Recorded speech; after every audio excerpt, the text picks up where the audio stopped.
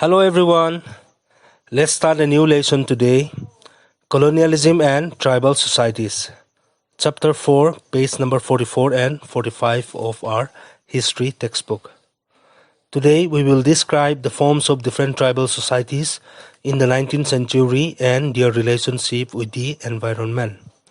We will also explain the policies of the colonial administration towards the tribal communities. First, let us learn about the Adivasis, the indigenous tribes of India. There are hundreds of tribal groups spread all over India. They are collectively known as Adivasis. This is the term used for the indigenous groups of India. They have generally lived in remote locations away from the mainstream. Hence, records of their lives are difficult to come by. Tribal groups are generally studied by research scholars called anthropologists, who stay with the tribes and learn about them. The tribals have often been considered outside the mainstream of society due to their different way of life. In spite of their contact with non-tribals, they have retained their own identity and culture.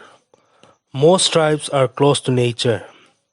Some tribes own land jointly in the name of the tribe. However, their way of life was severely disrupted during British rule. Now let us see tribal life during British rule.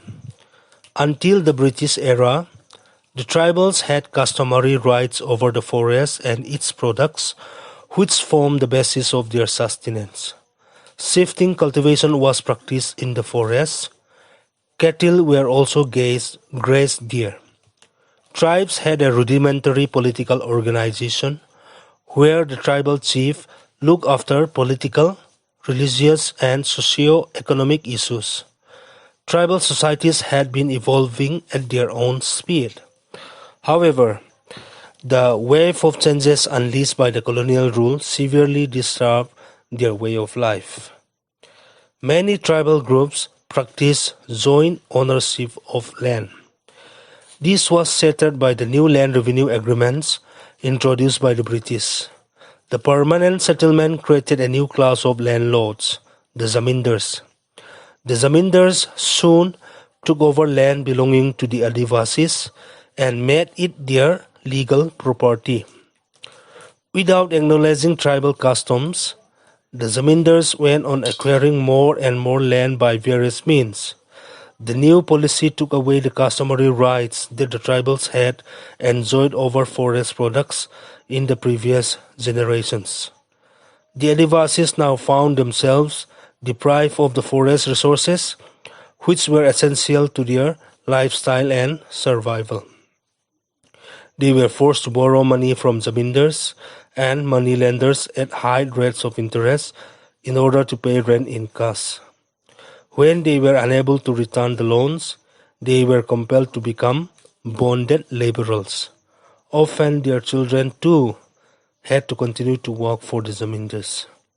Tribal life was also affected due to contact with outsiders. For example, the Andamanese tribes, which had lived in complete isolation for many hundreds of years, were exposed to new diseases due to contact with the Britishers. The growth of the postal system, the railways, the telegraph systems, and the new administrative systems destroyed the natural economy of the forests. The tribals increasingly found their existence under threat. The tribal groups dealt with these changes in different ways. The tribal reaction to colonial rule can be studied in three phases.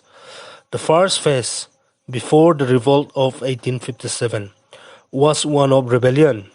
It was led by the tribal chiefs whose rights had been taken away.